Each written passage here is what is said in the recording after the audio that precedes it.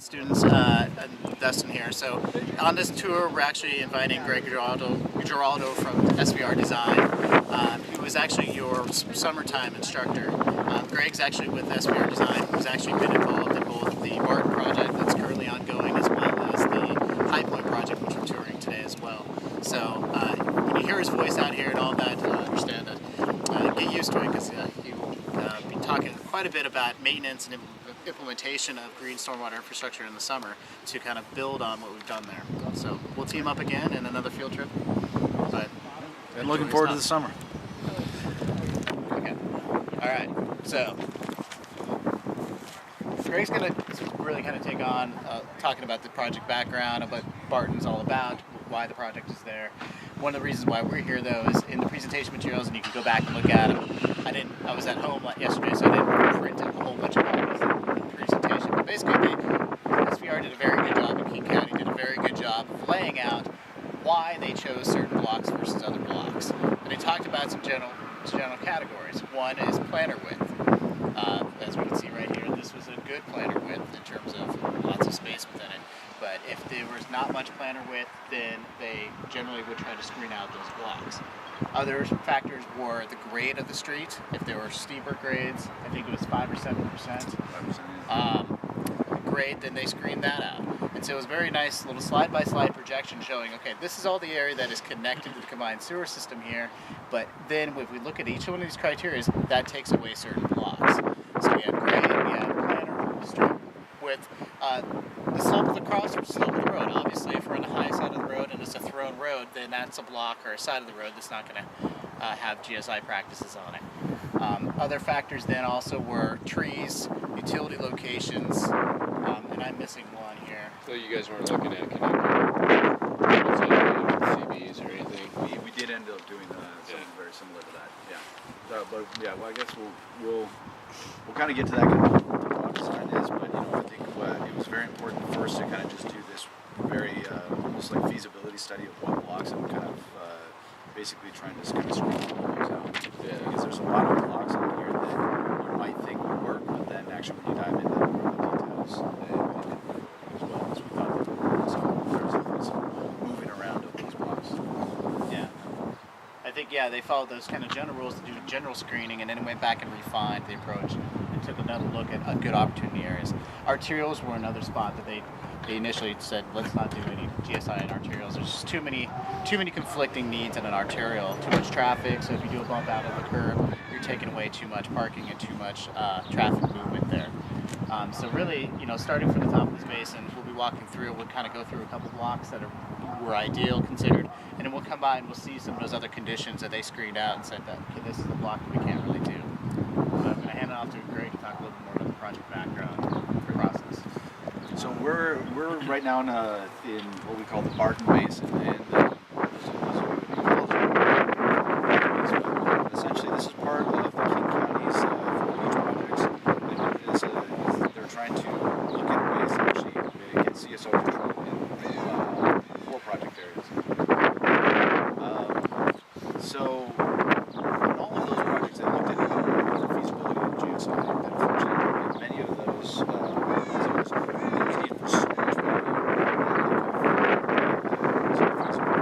we were brought in to take a look at this basin, particularly because the volume that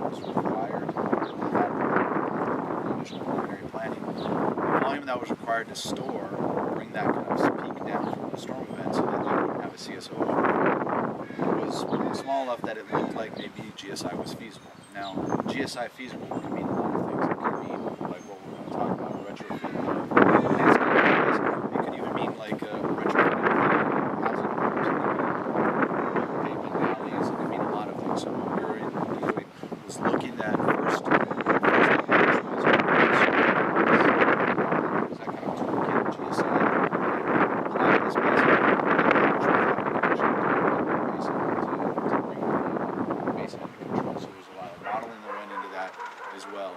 So when we started at this basin, which extends probably 5 blocks that way, and I would say there's about 12 blocks going that direction.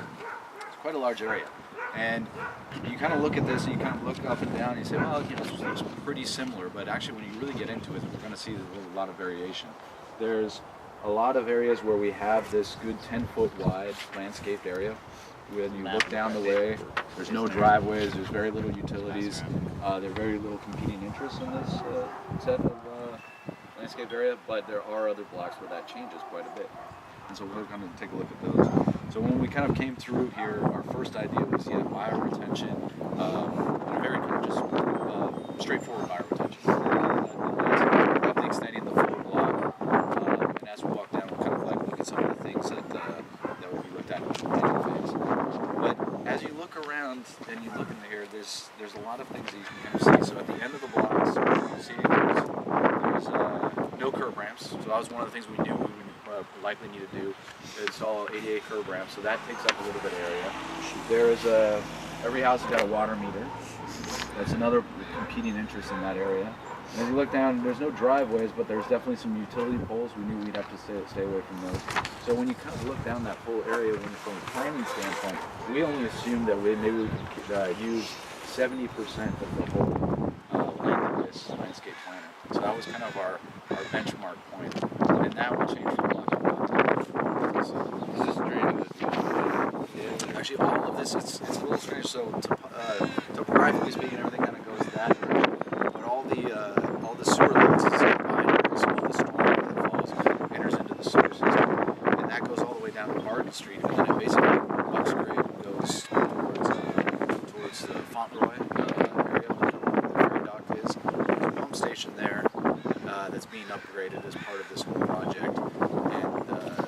And traditionally the pump station has not always had the capacity to actually keep everything moving. So the idea was to take the stormwater, attenuate it on site, and kind of lower down that volume, capture some of that stormwater before it goes straight out to the sewer. Okay. All right, so maybe we'll just walk a little bit, just kind of also warm up a little bit, and then we'll stop maybe at the end of the block. So what I'm passing around there is just that's the refined selection of the feasible blocks. So obviously where there's green is where they determine that there's a feasible opportunity for green infrastructure retrofitting in the right of way. So we're in the upper left corner of that map right now. We're going to start heading south. Do we want to talk about geology now, or do you want to talk about that in a little bit? I was going to get, maybe just down on the block just to kind of keep everybody. Yeah, let's keep moving. And then I also have a map. If you want to do more work. But it could be a good story anyway, to say this is what we're doing. All right. It's just Is a everybody different warmed up? scenario. Yeah. Toasted. Not really, right? So here we are at the end of the block. This is pretty much the case on the blocks. You have just some very small corners here.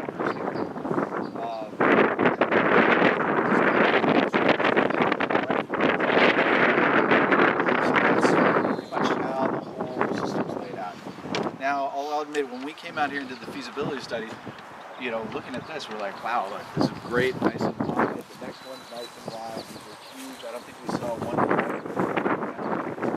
And the other thing we noticed was every street's got no parking within 30 feet. So we knew we at least had a lot of area there that we could really work with. Of course, while we're walking down, we're also thinking that part of that 70% that we use is kind of like a preliminary figure of the right of way. Also accounts for, we're going to have some certain amount of cells crossing, or a certain amount of crossings of each of these wire retention cells, so that people can access the houses. Our initial thought was we weren't going to be touching on parking because we just had such a wide landscape area. The other thing that we wanted to be cognizant too is if anybody had like some very you're not going to see on this block necessarily, but there are some other blocks that have a pretty stout amount of gardens. Some actually, there was one person down there that had actually a vegetable garden in the planting right away. It's not necessarily something that we want to advocate for taking that out for bioretention, but we try and work around that as much as possible. Now, one of the things that was very interesting, we started out with this idea that just from a planning standpoint, that infiltrative rates around here are going to be about 0.25 inches per hour, and that was based on a geotechnical report. And also some of the experience that we had at Highpoint. What we really found is that through here there's a really quite a significant amount of impermeable layer.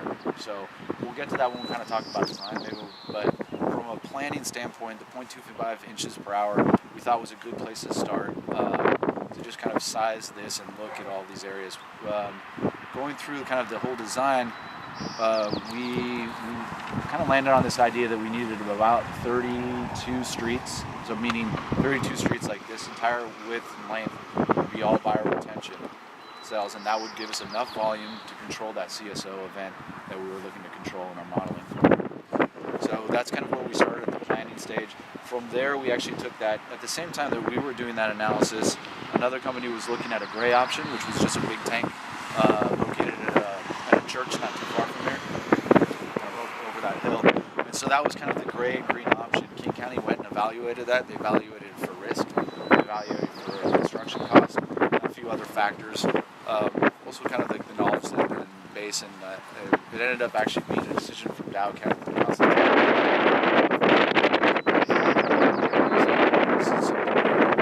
Try, it has a lot of benefits.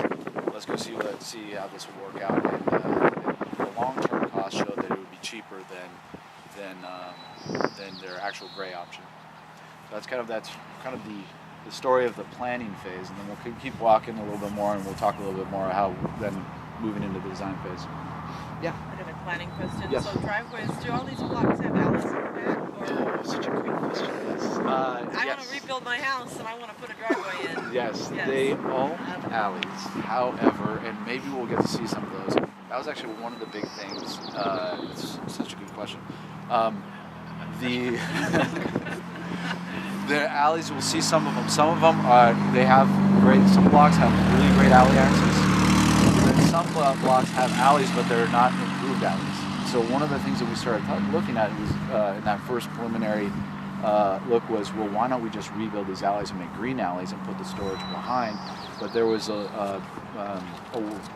I think it was a valid worry, concern from King County that coming in and redoing all these alleys, that's not necessarily part of King County's nexus. That's not really what they should be doing, is improving all the City of Seattle alley streets. That's really SDOT that's what should be doing that. So there was like, how much can you really use that money to do that? Yeah, so that was kind of a bit of a, yeah. So as far as that you're restricting things to the property, because right now you would just get a permit and put a driveway in. True. Can they still do that? And that still is, somebody still has the ability to do that. Yeah. And I think there's enough. There's Into the enough. bioswale. Yeah, flex in there to allow them to do that. Yeah. As in just it's similar to whatever, what would happen during if you had a bunch of street trees in the right of way and you wanted to almost the same thing. You ask SDOT, they evaluate it, they say, well, yeah, we can do this, but you put a bit of mitigation for that. Maybe you plant another tree. Similar to that, there would be some other way or mechanism that they would be able to do that. Yeah, interesting. Okay, so I don't know if everybody noticed, like as we came down, the landscape on that planner, it kind of changed a little bit. More of the trees, and I think it was really important too. It's when you're doing kind of the planning study, we really just looked at only a few kind of criteria. Besides this steepness of the street, a few others. When you actually start drawing those green lines on the plan, there's things that start coming up, like these very nice street trees that we don't necessarily want to just take out those street trees just to buy our attention. So that's not always going to happen, though. I mean, there were some instances where it just was like a very good spot to put buyer attention needed to. So we did have a plan with this in place that we would replace trees that we take. I think we actually got a 2-1 marker for that. Now, it's not just the trees that are in the right-of-way too. It's not so much here, but you'll see it in some of these other blocks, especially right down there. Some of these larger trees that are on site, you gotta remember the root system actually goes underneath the sidewalk and into the planter area. So again, when you're thinking about retrofits, it's not just the trees that are in the right-of-way, it's also the trees that are on site. They have to be cognizant of where those roots run. And so we actually have a plan in a lot of these areas that we're avoiding those tree root systems as much as possible. Any questions? Yeah. How long did the planning process take? Oh, I would say it was probably about a year between not just from our evaluation of kind of the site and documenting it, but then there was also comparison. There would be a presentation to the ecology, kind of where those alternatives were going, and then the whole design process. You guys could probably talk a little better about that. But King County's has got to actually propose that to ecology, and ecology's got to review that and say if it's an alternative that they would support. How much was the community involved? Quite a bit, yeah. I'll get to that. We had actually a lot of meetings.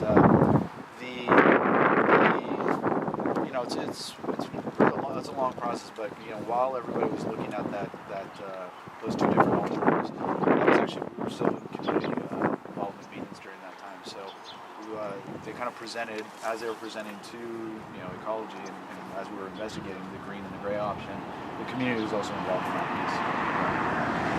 Are you going to be continuing with community involvement during design? Yes, so during design, we're actually at 90% design right now. So I'm kind of talking a little bit about this being a 2-year process, but quite a while ago we've actually gone through 90% design. We'll talk about how the community involvement started informing the design and how we started actually moving the streets based on that community involvement, based on a lot of their thought process. Now that we're at 90% design, we're about to go to getting ready for construction, and how the community involvement is still going to be going on through there. So we have big outreach efforts to make sure we're not impacting too many of the streets during construction. We're actually trying to spread as much as possible so that the construction doesn't impact on the communities in such a large duration of time. You want to talk about some of the streets, or? Well, so one of the things I want to build on a little bit what Greg was talking about is the idea of like a template for retrofitting the right of way. I mean, I think when you came to the city with the design, 30% designs popped out to the city, they're like, why aren't you always doing it at the last 30 feet of the block where there's no parking? Why does this not look so consistent? And that's really, there's a balancing act between having a template that says this is what we're trying to achieve on each of these blocks, and this is kind of our guiding principles, but recognizing that in a retrofit situation you have to react to the exact. That's an important process not only for the public in terms of providing kind of an early on, like here's what we're looking at, these are the areas we want to do the fire attention, but also leaving yourselves with that flexibility to respond to where there are trees that you can't do, where there are opportunities that you can't do. So providing good communication tools to kind of show the public the process, because again, it's a dramatic change. It may not seem so dramatic to some extent, like when we see Highpoint, we'll see that they're actually very aesthetic planters, but people are used to getting out of their cars, walking across lawn to their sidewalk and to their home, and you're changing that aspect of their lives. And so that communication piece and letting them kind of gradually come along is an important piece. And so I think that planning process was really necessary in this particular project, because it took so long to kind of get that kind of buy-in, understanding what the problem is, understanding that they're listening to the community. I think it's still an ongoing process. And actually, that's a great point of how people use that space. There's a lot of, yes, of course, it is owned by SDOT, and it's part of the city of Seattle. They own that property, but we use that as residents. We use that, and we actually kind of maintain ownership of it. One of the things that we didn't quite, that was one of the things that we realized kind of midstream was some of the uses that weren't always obvious when we were out here like a day like today. It wasn't obvious that half the neighbors actually use that landscape to put garbage collection. So half of them put it on the front side of the street, the other half in the alley. So it wasn't consistent. So you have to kind of look at those consistency pieces. Also, we did a lot of aerial photographs during different times of the day of parking patterns. And so we wanted to see what the parking pattern was, where people were parking the most, and then that also kind of informed the design as we move forward. And the citizens maintain this, or does the city? The citizens maintain. I think that's we're all supposed to maintain our part of the landscape. In going forward with the GSI, though, the camp. That was one of So that was those. a question I was wondering. You can see there's some people that maintain their area, and there's some that might be a feasibility.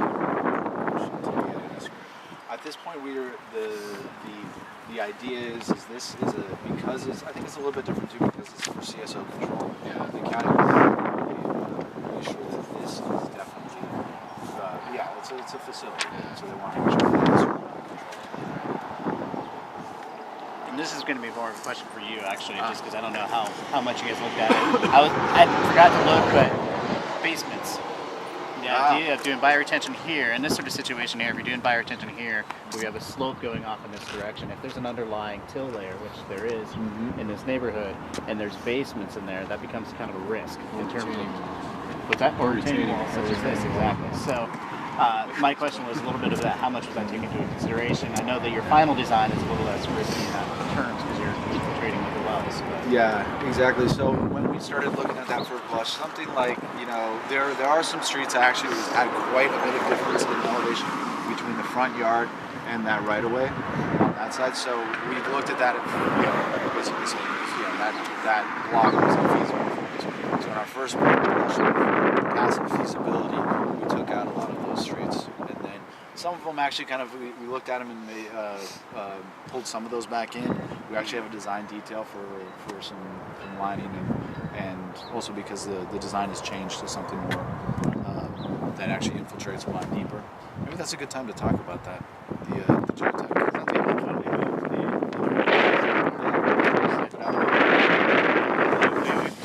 So to speak, and just looking around, which blocks would people actually do green infrastructure on, or which ones would you not, from what you can see, and why would you not?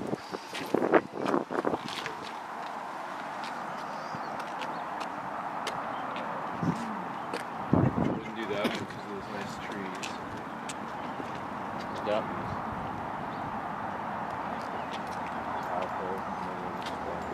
I mean, how much? Really, that'd be serious. Oh, they could bump out into the street.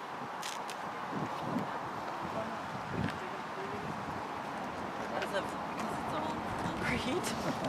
Too steep. It's going into the Right next to the school, you lose some kids and some bioretention cells. Well, permeable pavement you could do.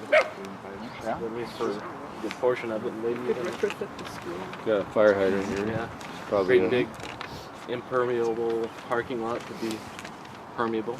Yeah. Did you guys pick that one? No, we didn't pick this one, and for all those reasons you said, also because it's also the bus load and unload. A little tricky with kids in there.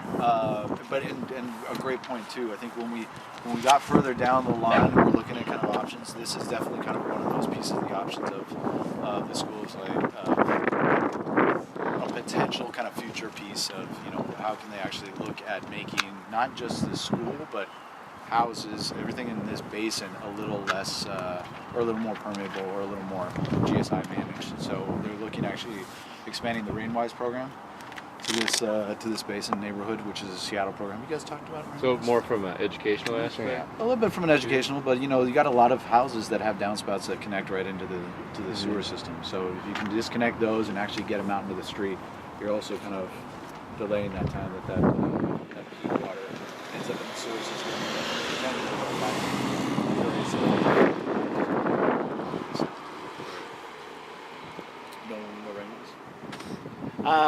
No, I don't think so. Okay.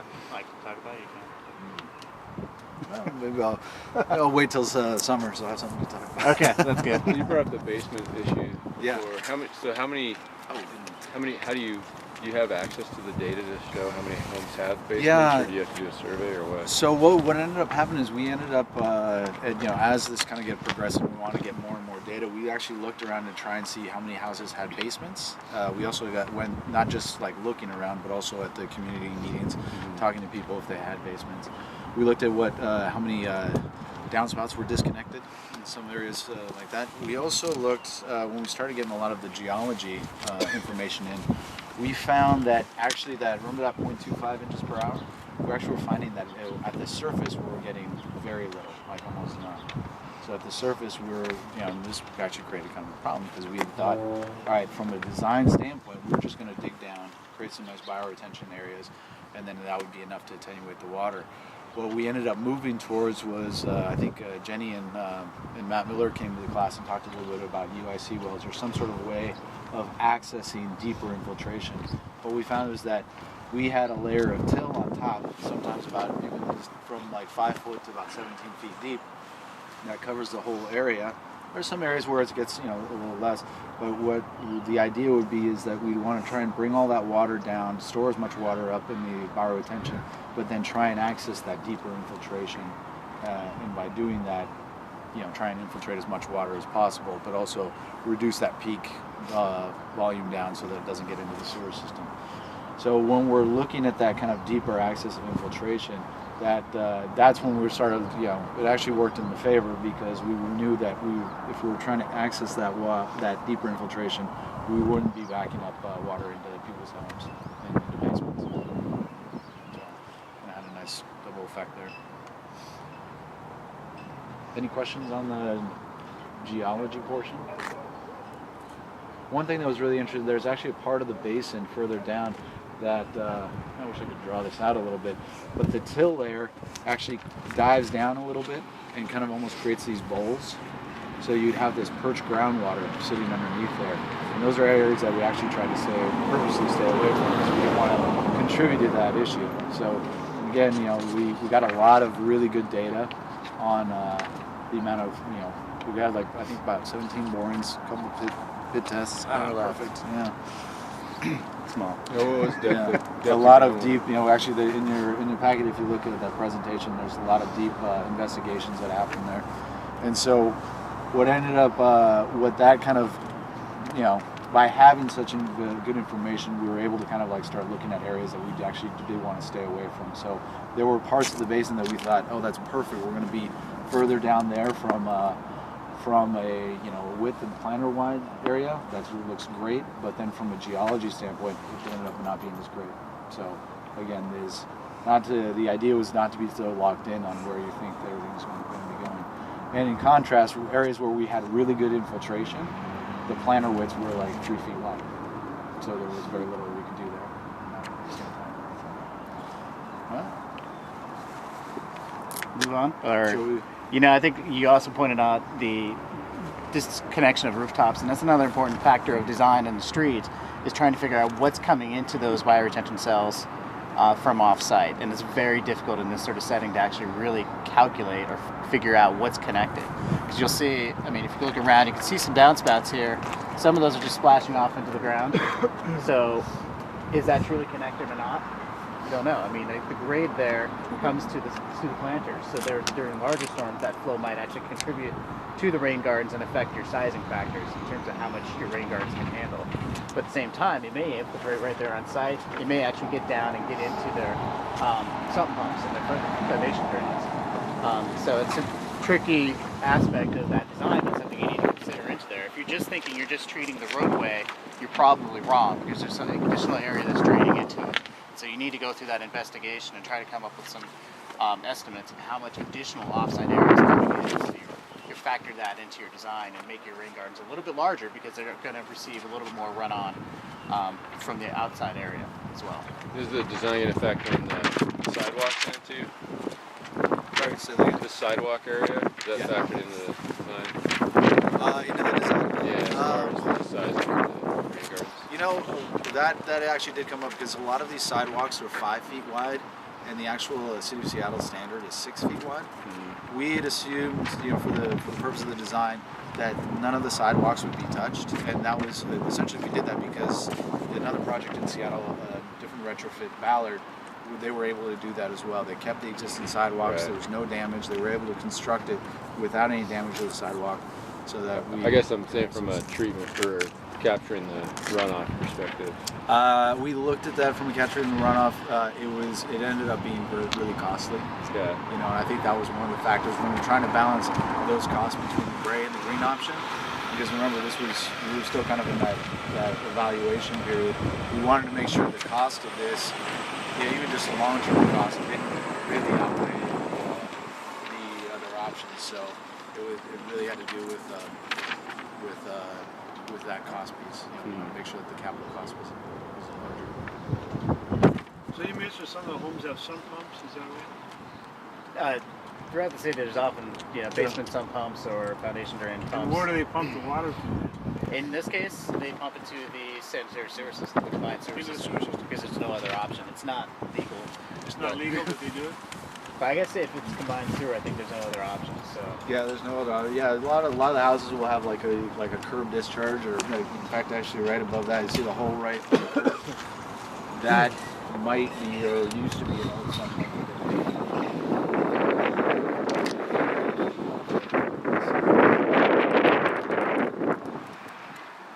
But even in separated portions of the city where there's a storm drain and a sanitary line, a lot of the homes are still connected to the sanitary system because they were all that predate the storm system. And the storm system was, when they brought it in the city of Seattle, they didn't take in the private properties. That would have been too expensive. They just said as they redevelop, they should reconnect to the storm system. But there's a lot of illicit connections to the sanitary system in those areas too.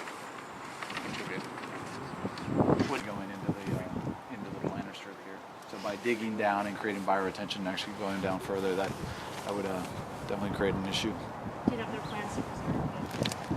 Plans to protect the river? Oh yeah. Actually, let's go walk through it now, and I'll talk a little bit more about the design specifics too, of like when we say bioretention in the right of way, what that actually means. We'll take a look at these guys. Another example here, I think this road is actually thrown to this side. Yeah. So even though you might have to get planter strips on that side, they're not receiving any runoff from the roadway. So really their screening started looking at this side of the roadway because this is where the water's coming.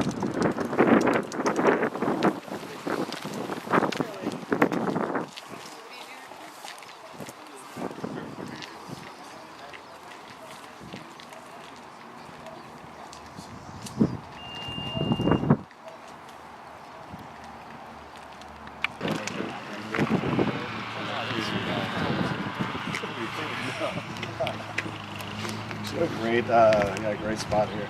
So these are some of the things that definitely we were looking at.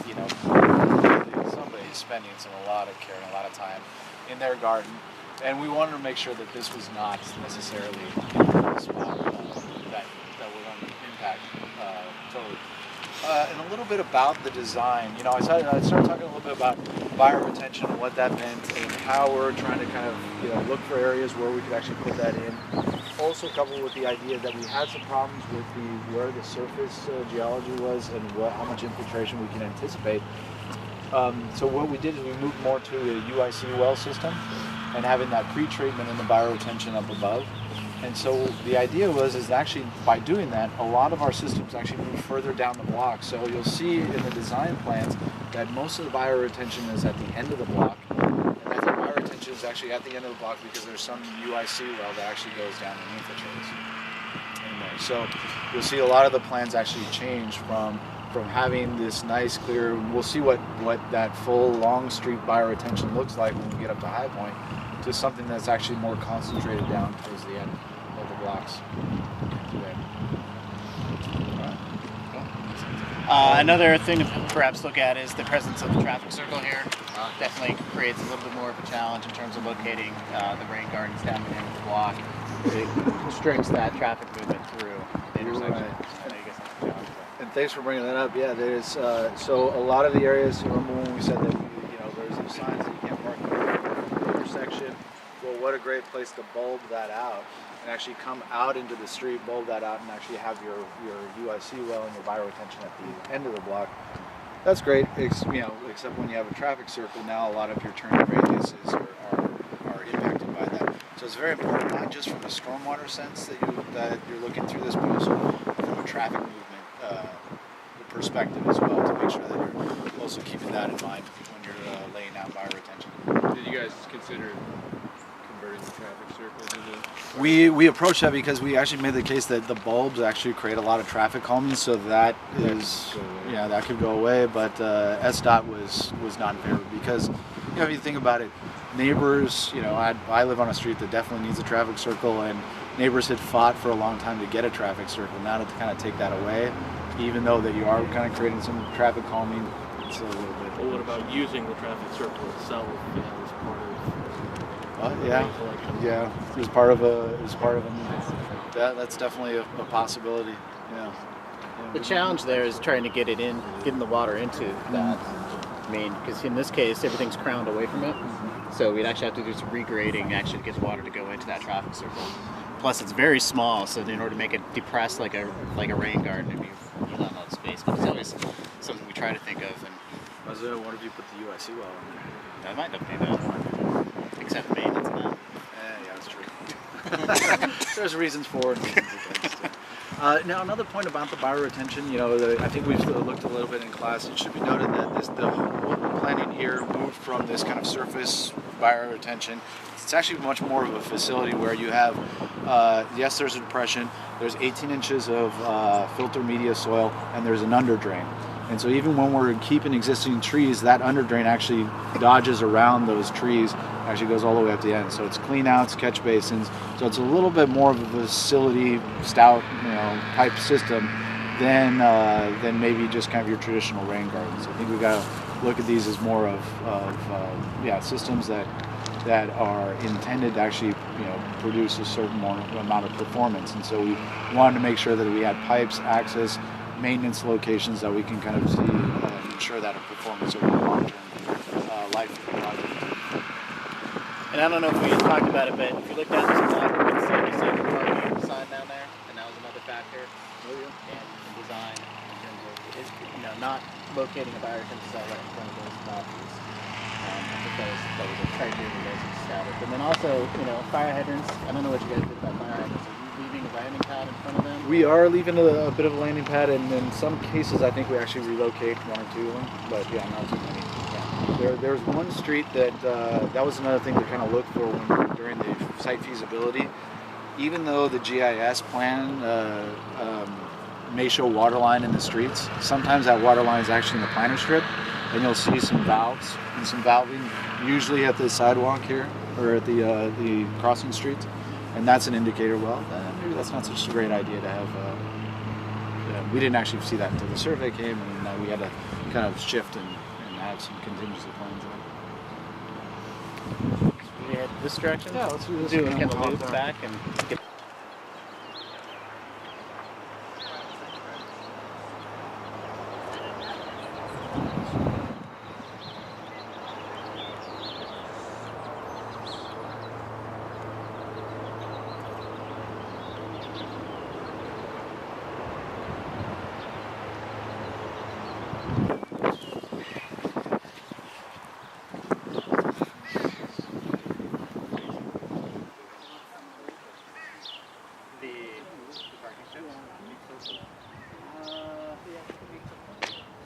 Yeah, I think there's a difference in terms of the original Seattle grid system. I think they had It could always be every other block. It'd be great. There'd be kind of a wider street. I think when they were playing a lot of the street cars, they were using the street car lanes.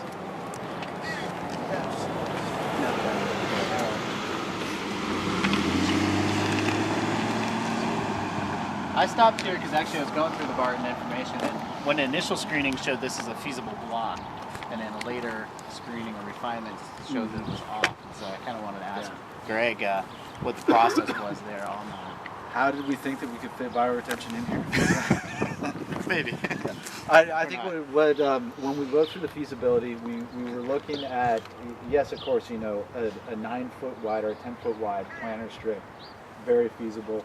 We looked at this and said, based on the parking patterns, we thought that certainly there was some feasibility here that we could put something in here. I think it was also that the street didn't have such a high grade. There's actually some streets when you go further down into the basin that are pretty steep. So this kind of was one of those that we looked at and was like, not a lot of driveways, not a lot of trees. It kind of made it seem more feasible than not. But then I think when we started really getting into it, if we really needed this street or not, this one kind of fell off of our list and was more something that we just didn't really pursue. But yeah, I'm glad we stopped at this street because it really shows the difference. When we were up on that other one, it seemed very feasible, very possible. You had a lot of streets that were thing, but then you come to these streets, and actually you go over that hill, it starts getting much steeper. Bioretention in this area didn't seem as feasible. So you got some good and you got some bad.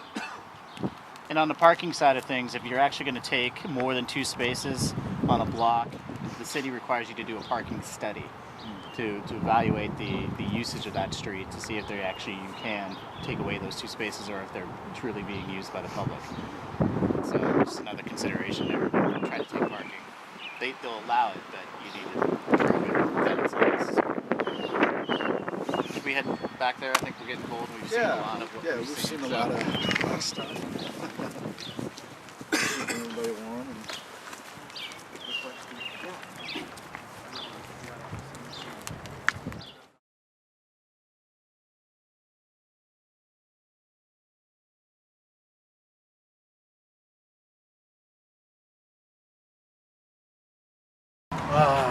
Okay, everybody, so I gave everybody a map so we all can kind of follow along where we're going.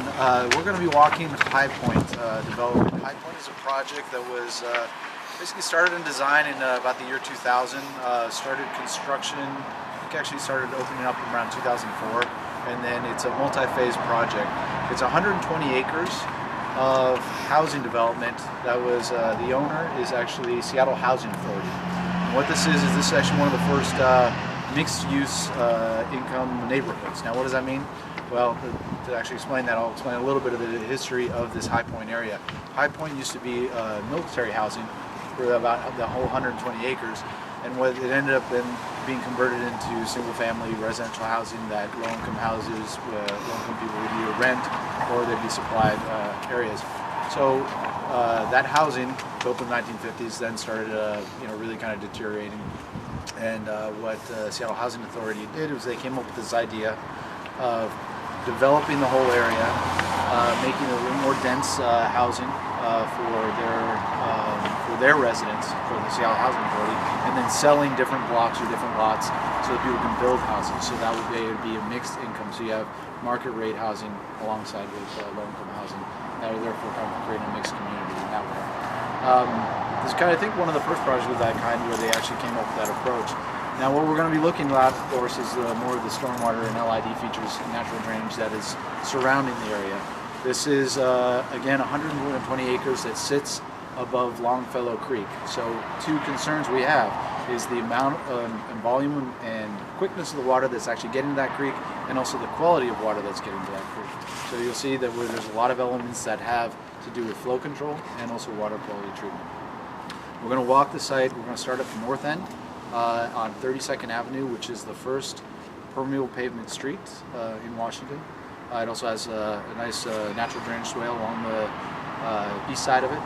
And then we're going to kind of take a walk down to Juneau Street, which has, it's actually much wider, bioretention swale, and some steps. And then we'll go around by the pond, and then we'll actually just kind of walk through the neighborhoods and look at some of the other elements, ending up at Neighborhood House, which is kind of another central kind of community area that has a lot of other LID features associated with that. So we'll start off again. What you're going to be looking at is how a function, essentially hydrologically, the whole area functions as a pasture area, pasture conditions. And actually, it was modeled, designed, and built like that. I suspect that actually even functions better. So all the water is really getting absorbed. There's a small bit of infiltration that's happening, but really it's the attenuation. A lot of bioretention swales. You can see a lot of permeable pavements on the sidewalk. So we're talking about water absorbed into the ground, slowly kind of gets out to the downstream end, and eventually ending up in Longfellow Creek in a much more sane way than usually is done. There's traditional facilities too, right? There are some traditional facilities, yes. So to deal with some of the larger storm events, we're going to go around by the pond. And the pond, even though it kind of just looks like a water feature, it actually is a stormwater retention pond. So it's kind of integrated in with the park. I'll point out some of the high flow features that we have to put in around that area. But, yeah. Has there, because so many people are involved in Highpoint, has there been philosophical discussions about if Highpoint was being done now and you've got to do forested as pre-development conditions, would it still have worked, or what? Has anyone tackled that one that was involved in it? I don't think that they've had that discussion of what would happen at Highpoint, but I know we've been having that at Yesler Terrace because we're involved in Yesler Terrace, and there's been a big discussion of, it's just, again, another similar, it's actually even going to be more dense how is that actually going to deal with GSI to the MEF, and what is actually feasible, and we're kind of in the middle of that discussion. Yeah, that's some good Yeah. discussions. Yeah. Should we just do a big ball? Could to call this? it good? Yeah. I think you could actually make this. When we walk to the street, especially here at 32nd, I'll say that I have not seen any runoff come of that street. So I think if you look at that street, you would say that really functioned in a forested condition. Basically, you'll see how much infrastructure you need. It is quite a bit of GSI that needs to happen. Do they have undergrounds? They do have undergrounds. Yeah. What was that? Oh, underdrains? Yeah. Have you found permeability here much better than Barton? Or in comparison to Barton? In comparison to Barton, and kind of comparison to that story that I said about the how much infiltration we're getting, I think that there was a little more here, especially where we're going. I think we found that we did get about 0.125 inches per hour of infiltration, which is what we were kind of designing for. But yeah, I think that we weren't relying on that infiltration at the time when this was designed, so it was really more about just basically trying to pass everything through a filter media and attenuating those flows through that, and then actually trying to just basically kind of round out the peak in the runoff. Any more questions about anything? Oh, so you'll hear a lot about when we walk. I'll talk a little bit about rental blocks and for sale blocks. And so that's that kind of difference between who's renting through SHA and who's actually buying and developing those blocks. And sometimes it'll be very easy to point out, and sometimes, and usually, it's actually very difficult to kind of tell which one's which. But the point there is that there's different maintenance agreements that are associated. The whole area is under one kind of larger maintenance agreement, but there's different responsibilities for the different owners or the different residents. Something you might want to talk about too is one of the handouts I posted to the website is the design guidelines for Highpoint that was developed, and what it did was kind of set forth development guidelines for the individual developers, because this was developed by a number of different entities. SHA did the right-of-way and some of their own housing, but then private developers who were doing that market rate housing also did development per those standards. And so, well, that's a great point. Yeah. So when SHA came in, it was very easy, because since we already have the goals and how much buyer retention we wanted to have as part of, in the right of way, and then even within the private development, like some of the walkways and some of the other kind of more residential scale features. We also had written into the development design guidelines that if they buy a lot, there's a certain amount of permeability that they'll have to maintain on that site. So you're basically setting a requirement for how much runoff that they're able to have off of that site. So you give kind of a list of features that they would be able to use, and then kind of set some rules and regulation of what they have to do and how they have to do that. Great. Let's go. Where Dustin is. Who's Responsible for maintenance. I am. Okay, so this is 32nd Avenue. So it's one of the first, well, actually I think the first permeable pavement street in Washington State. And this is permeable concrete. It's actually quite a pretty stout section. You've got 8 inches of the permeable concrete, with about 12 inches of aggregate discharge subbase is what we're calling it. And then that aggregate discharge subbase is then connected into these swales that you see here. So this system is, you got to think of this not just the bioretention and the permeable pavement, all of this is connected hydraulically. Again, we've talked a little bit about Highpoint. It's a redevelopment, not necessarily a retrofit, but I do want to point out you have existing houses on this side. So in a certain way, it was a retrofit, especially for them, as they saw that. So we had to deal with things like later on, for instance, like somebody wants to put in a gas service, you have to come out, patch the street with permeable pavement. And so those are kind of some of the things that were established during the course of the street, making sure that this still works as a street.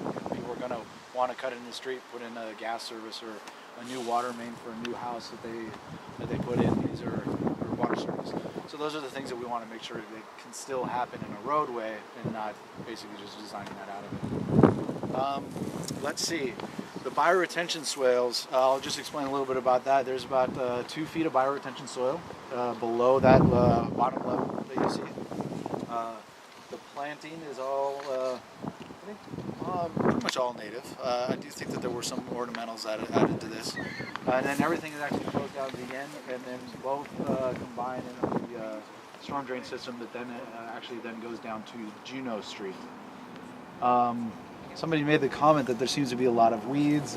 Dandelions are native. Dandelions are native. I will point that out. It's also, we are in the time of where the weeds are coming out. It's definitely a little more weedy than normal. Maintenance-wise, this would be maintained by the Seattle House of Materials themselves. So they have a maintenance contract that they would come out and do this weekend. And maybe this is just an area they haven't got to yet. On that. I'm trying to paint the nicest picture on that. You'll also notice that this is one of the things that I've been particularly an advocate for. The storm drain pipes that actually connect each of these cells. So there's kind of this high water pipe that comes through. You'll see it at the ends. It's the ductile iron pipe. It certainly feels, I think it's better than just a PVC reed pipe that comes through. That's just my own kind of personal bias on that.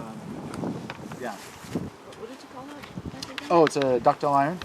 So it's essentially very stout steel pipe. Yeah. It's not going to crack. You'll see a lot of these that sometimes they'll put in ADS pipe, which is like that black corrugated, or one of the or even worse, the green PVC pipe. A lot of the times those don't actually really stand up, especially you're in a community that has a lot of kids, a lot of people running around. People like to stand on it, and I think for the long term that it tends to kind of break and fall down. You also notice that the permeable pavement sidewalk over here is all the sidewalks, or pretty much all the sidewalks at Highpoint are permeable, made out of permeable concrete. It's about 2 miles of sidewalk. You can see on the edge it's wrapped in geotextile fabric. You might ask, well, why is this happening? That you can see the side of it. It's just because as time passes, a lot of your landscape material is gonna set down. So if you design something with the grade right exactly at the sidewalk, you actually really want to mound that up, because since you're not compacting all the way to 95%, it's gonna settle at some point. Any questions about this? Some of the street cuts. Yeah. If we come across them. We'll see if we can do that. There was a lot of testing that happened on this street, as you can imagine. So there was a lot of cores that were taken. I'll try and point out some of the core samples that were taken on the roadway. They were tested for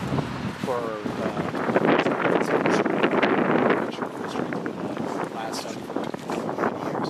And we had 2013. No, exactly. But I'm thinking it's about almost 8 years that this road has been this way. It's still a long time. This whole section is actually snow, and it actually did not need to get. All the other streets needed to be plowed. This one actually didn't, because you get the air coming through. A lot of that just comes out. Yeah, it was. Did it get sanded? Is there any sanded? I believe they sanded that side street, and some of it kind of washed off. Probably some track. So they had some plugging that to get taken care of there. I think the design feature I'd point out here is that we just have a ribbon curb here. We don't actually have a barrier curb. You'll see variations on that throughout the neighborhood. You'll see curb cuts, and pay close attention to those. In this particular case, I know there's always question, like, if we don't put a vertical curb there, are people going to drive into this swale? And you can kind of see here. I don't think I've seen any issues with this in this particular case at all. I've not heard of anybody driving in. When they're parallel parking, can feel that curb for their parking issues, but people are parking here, and they're actually staying on the roadway. But just another design element choice that you might make in the design. These were probably pretty brushy. Yeah, they cut back pretty well, actually. These, and I think maybe it gets a little denser when we go further down. But yeah, I actually remember this being a little more. Sometimes definitely fuller. And I think it just maybe the maintenance practices, and we'll talk a lot about that in the summer of like what are the maintenance practices and how those differ from just regular landscape maintenance practices. So maybe one thing is kind of as you walk through that street, you know, there was a lot of discussion about how wide the parking is, and actually a lot of these streets, it wasn't just part of the development. Since these are city streets, they're part of SDOT streets. There was a lot of negotiations with the fire department about how wide we could go and how little bit of a pavement we can actually do. And then also, you know, these issues about, you'll see it coming down through here of like what do those side slopes need to be, and then what kind of materials we can use actually on those edges. So this was actually it was quite a bit of a negotiation with the fire department, and I want to say that, you know, we don't want to take that lightly. It's very possible, but you have to work with them, kind of develop, figure out what their concerns are, and work with them to kind of, you know, I mean that's part of that design process, not just to say, okay, you want a 32-foot wide roadway, fine, done. We actually kept going back to them and actually got that roadway to be quite a bit smaller, and we're able to actually install what we really wanted to put in for the storm drain system. So it's a bit of a negotiation as you go through. Could you expand upon that just a little more about the negotiations? Yeah, and kind of what the main concerns were? So their main concerns, so the fire department, even though the residential streets are 25 feet wide, for some reason they were really pushing 32 on some of these streets. Their concern is as they're going through, of course, is that they don't want to, they can get through, cars. right? Yeah, exactly, that they can get through. And since this was a new development, they really kind of wanted to kind of push it in a new direction, to have a wider roadway. And which, to a certain degree, I totally agree with that. And we actually have photographs of them actually doing practice runs through there, and that's what it kind of takes. Is that actually you have them, you lay it out for them, and say, all right, is that really a problem? Is that too much? And I think it's very easy, is from a designer standpoint, to kind of hear a design criteria, and to say, not look at the rationale behind that, that design criteria. So, for instance, this, to have such a wide roadway, do they really need that for the access, or can they even just do it on a 25-foot wide roadway and maintain the same amount of speed to get through? So those are kind of the things that we wanted to work with them to look at. Did also play into the thickness and the strength of the permeable pavement with the added weight? Yeah, that had also with garbage trucks, and then also with the fire department. Yeah. So I mean, there was a lot of testing. We actually did a test panel in the yard during construction, and so that test panel was installed, and they did a ton of borings and tests on that panel. Another technique with the fire departments, or any actual interest in terms of truck mobility, is like to do a truck rodeo. You actually get a large parking lot and set out cones with the geometry you want to propose, and have them drive it. Yeah. And they can kind of feel before you construct anything during that design process, what are those geometry and what are those dimensions with the equipment they actually have. And it's kind of a helpful kind of tool for evaluating what can and cannot work.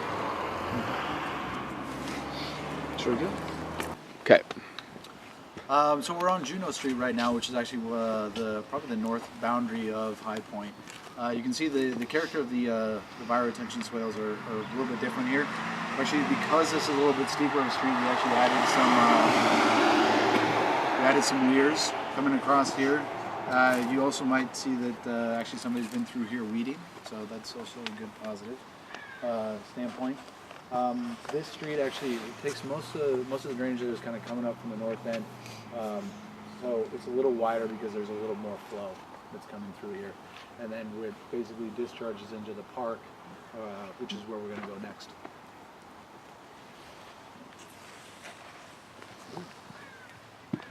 Yeah, that's some big action. What's that? Somebody weeded. Is this the size you guys would do in the future?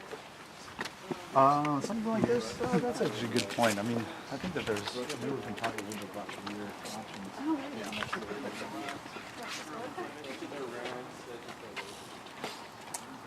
So, if folks ever drive the Mercer corridor, which is the character and feel of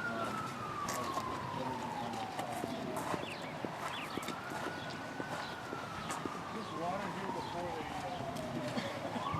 No, so this is So this is the Highpoint Pond, and so I think there's always a lot of questions like, well, why do you have a pond if you have all of this GSI LID features here? And part of the reason was, one, this is actually to really take care of the 25 and 100-year storm events, but the other factor is also that the city, this was the first time that GSI was going to be used at such a large scale. The city really wanted to make sure that there was a little bit more belt and suspenders. Because we're also at the top of the hill, just on a ridge line way above Longfellow Creek, we actually have some overflow pipes that are hidden underneath that deck that you see over there at the back end. So those overflow pipes carry any kind of, I think it's actually sized for the 500-year storm event, carries any overflow from this pond down the hill, down to Longfellow Creek without causing any flooding of this area. So does that happen? No. 500 here, did you say? Yeah. It basically falls underneath this area. It doesn't want to ridge, falls underneath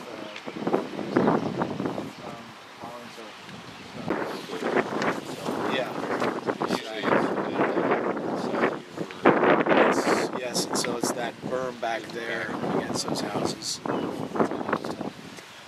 So yeah, as you can see, it's wet. It's wet, continuous all the way through the year. Again, one of the design features here is we worked with the city of just to try to have a low fence as opposed to a 6 foot tall fence. We want to locate this in the back corner.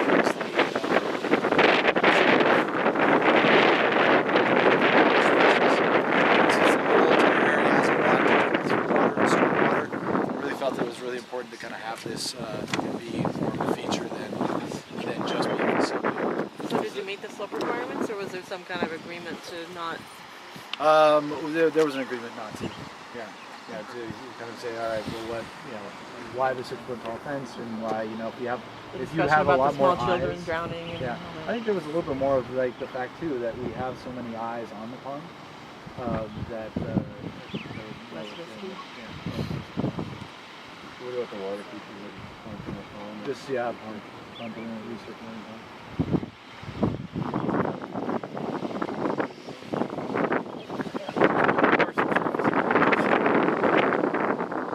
Is it usually the weekend? It's it's always wet. Yeah.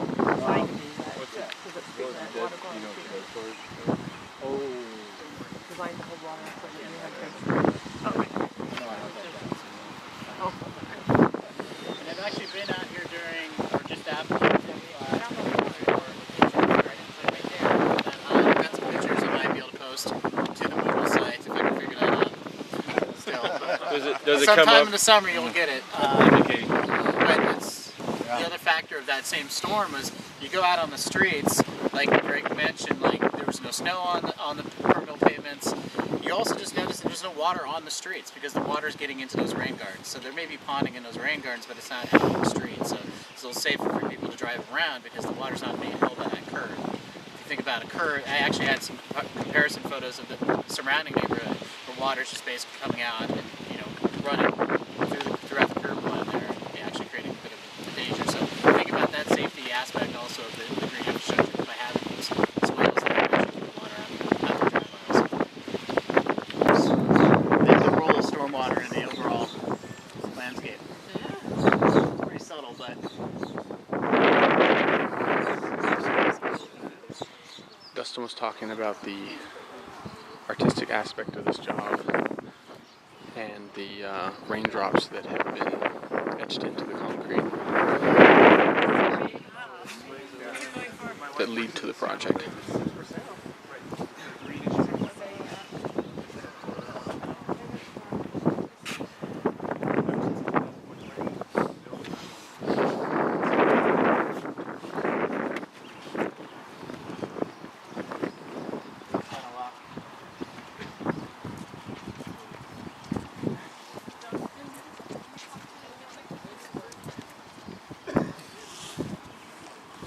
We're now above the pond, which you can see below us there. We walked around and are now climbing up.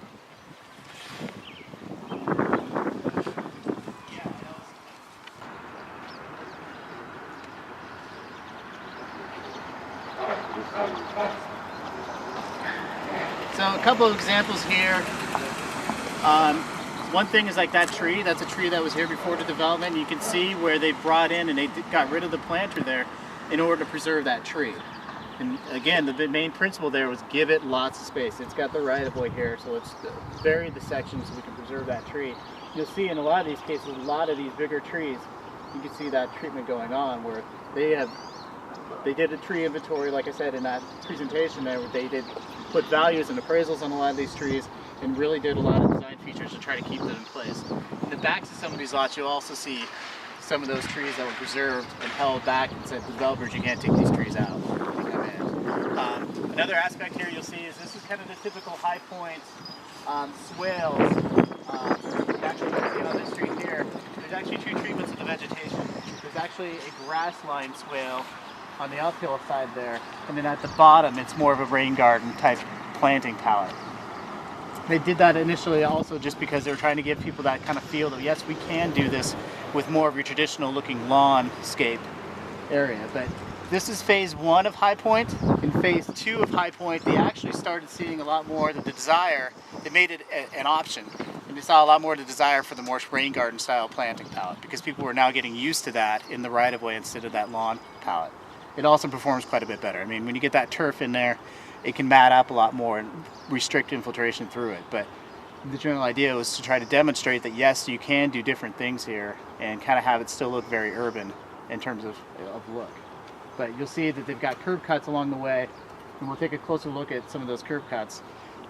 They've got a little bit of scoop in them to kind of help make that water make that turn into the rain gardens. And then you can see at the very bottom, the outlet of these rain gardens is actually the curb cut itself, and there's an inlet right there to pick up the overflows. And so then that's also where the underdrains tie in. So if the underdrains are receiving flow, they tie into the same spot as that overflow and eventually make it down to that pond for a little bit further mitigation. Does the pond infiltrate? The pond is not. It's definitely lined, and it's actually got a pretty hefty berm on it. That pond was big enough, I think, to have to trigger the dam safety requirements for the state, so they actually had to really design that so it was not leaky at all. Who does maintenance for this area now? Is it still Housing Authority, or is there... If it's Housing Authority property frontage, the Housing Authority does it. I think that the maintenance agreements have, the private developments have homeowners groups that, for the market rate housing, maintain their frontage. What are we in here? Do you know? I think that's Housing Authority right there on that side. I think some of these more market rate, I don't know. But some of the other folks that have been involved in the project can actually identify which is which. But you know, that's kind of the purpose of this project, was to try to blur that line, so you can't just say, okay, that's the public and that's the market rate. Yeah.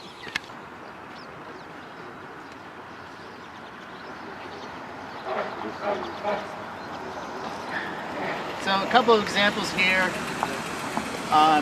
One thing is like that tree. That's a tree that was here before the development. You can see where they brought in and they got rid of the planter there in order to preserve that tree. And again, the main principle there was give it lots of space. It's got the right of way here, so let's vary the section so we can preserve that tree. You'll see in a lot of these cases, a lot of these bigger trees, you can see that treatment going on where they did a tree inventory, like I said in that presentation there, where they did put values and appraisals on a lot of these trees and really did a lot of design features to try to keep them in place. In the backs of some of these lots, you'll also see some of those trees that were preserved and held back and said, developers, you can't take these trees out. Another aspect here you'll see is this is kind of the typical high point swales. Actually, on this tree here, there's actually two treatments of the vegetation. There's actually a grass-lined swale on the uphill side there, and then at the bottom it's more of a rain garden type planting palette.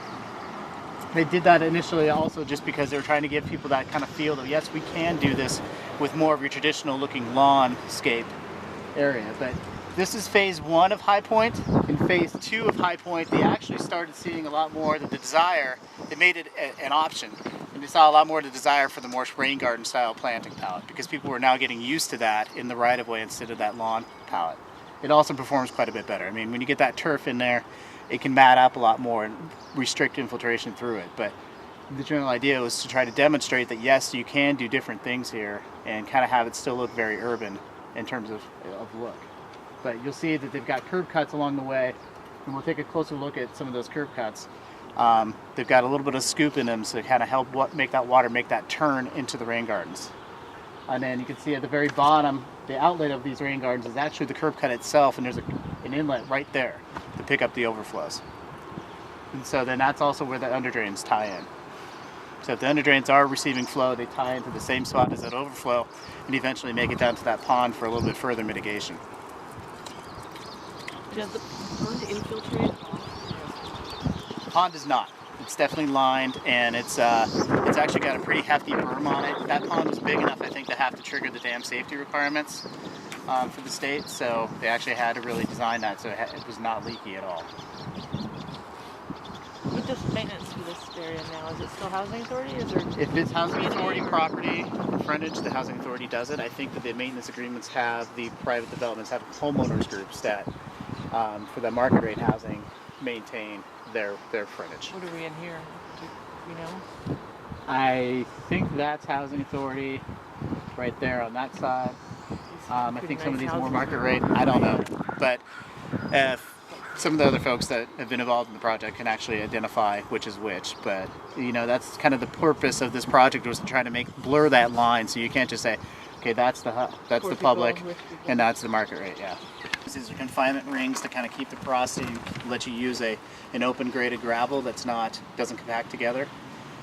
They definitely had some initial issues with installation, in that the contractors didn't pin down these mats well enough. Like over here.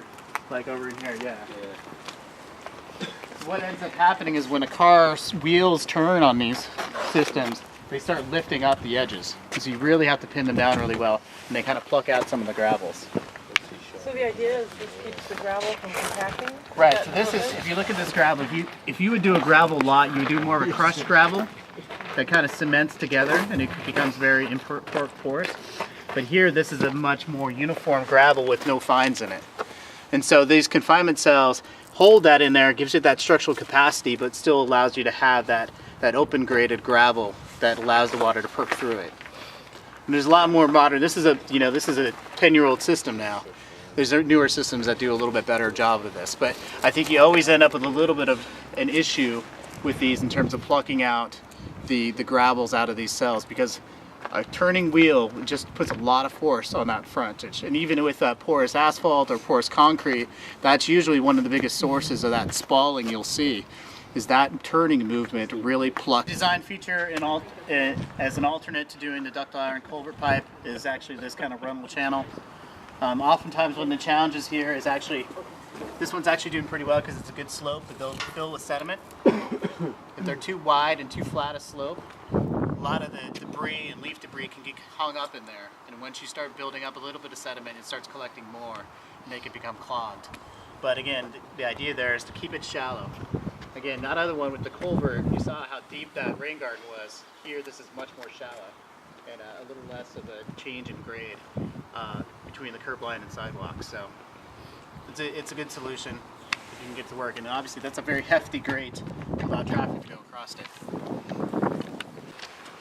Here again, you can see that kind of contrast between the grass swales on one side and the more planted swales on the other side.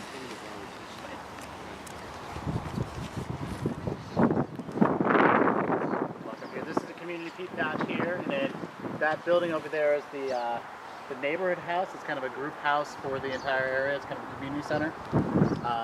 And there's some really cool features to kind of walk around in here, take a look at. And I think that hill was actually created on the spoils from some of the grading of the project. So again, reducing how much they pull off the site, making it actually a feature.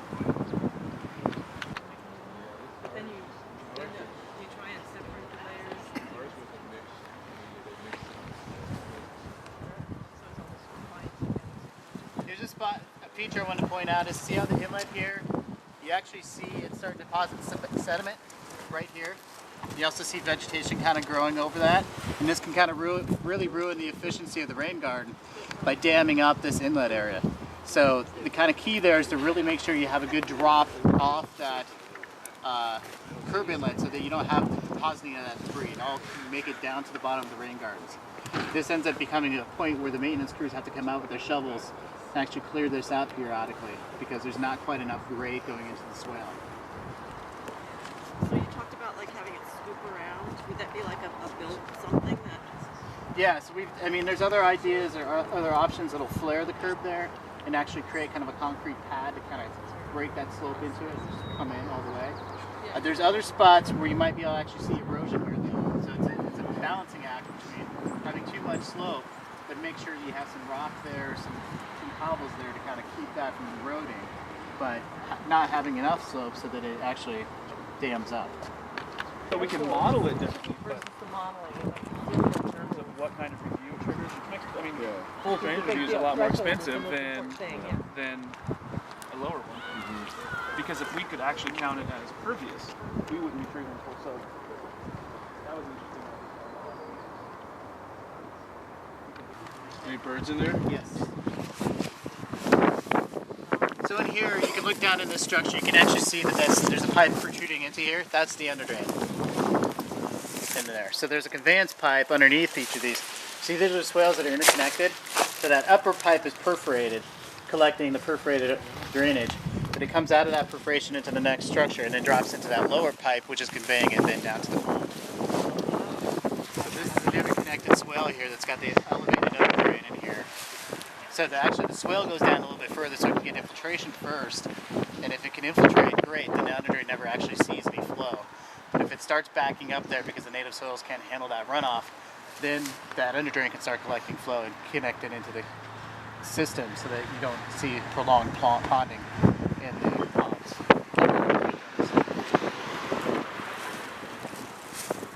But I think most of the swales here, these are about 4 feet deep of soil.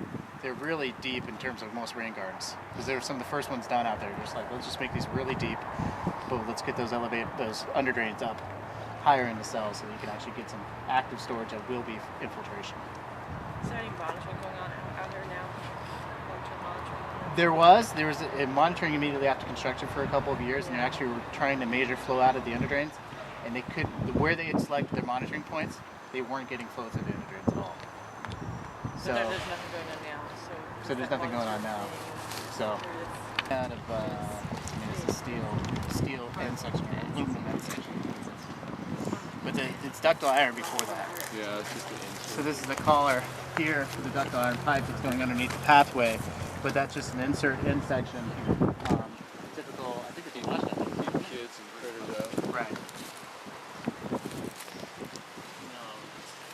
You see that it's apparently it's been Beat on. beat on a little bit with those rocks.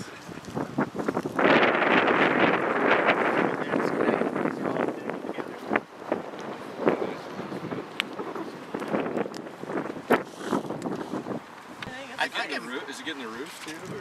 Well, you see the roof? There's Oh, I see. It drains it. coming Yeah, down here. yeah.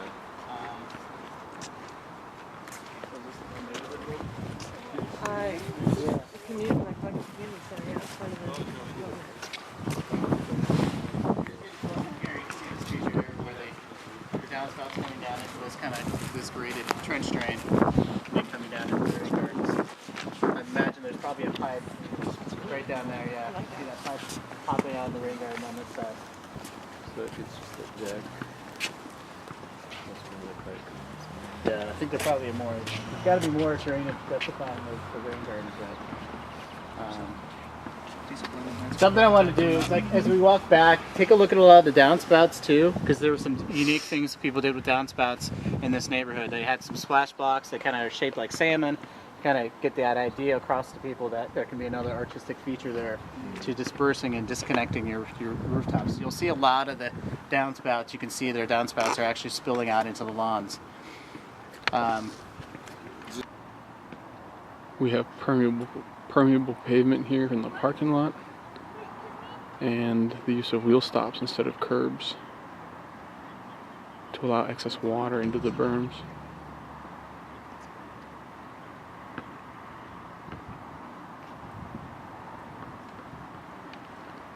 Trench drain that feeds this. We have a stormwater planter here. Apparently kids like to put the rocks up the pipe, so another feature that gives some consideration. All right. Well, thank you, everyone. This was concludes pretty much the Barton and Highpoint project tours.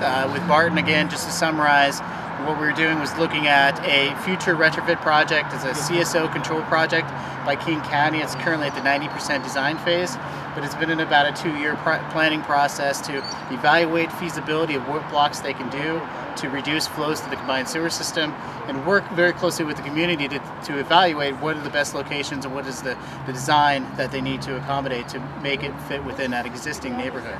Highpoint, what we just saw there here, was a complete redevelopment of the area for mixed use, mixed income neighborhood for Seattle Housing Authority.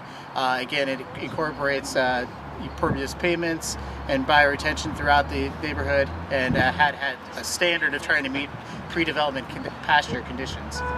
So that's basically where we are with that. And thank you for your time. The next part is just to go down to Orcas Street, which is a community-supported retrofit of a street with a rain garden. And we'll go see if we can find that, and then maybe grab some food while we're down there, and have a nice little light end to the day. Thank you.